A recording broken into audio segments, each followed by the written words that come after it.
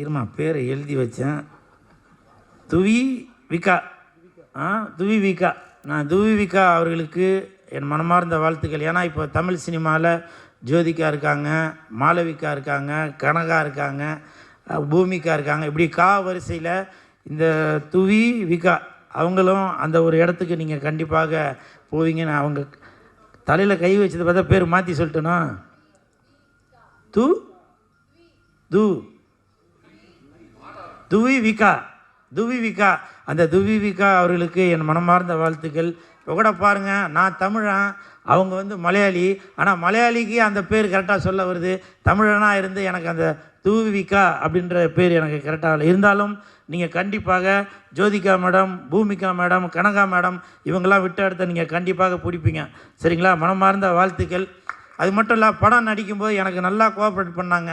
அதுக்கு மனமார்ந்த நன்றி.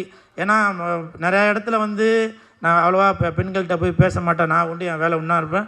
இயக்குனருக்கு தெரியும், உண்மைதான்ப்பா. டைரக்டர் ப்ரொடியூசரை கேட்டால் தெரியும். ஆனால் என் கூட சக நண்பராக என்கிட்ட நல்லா பேசினாங்க.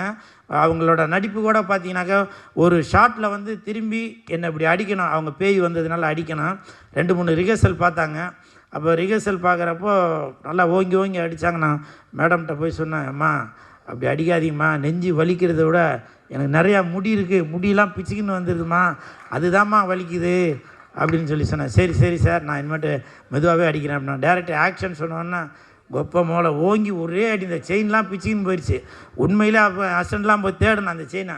அப்புறம் மறுபடியும் தேடி எடுத்தாச்சு.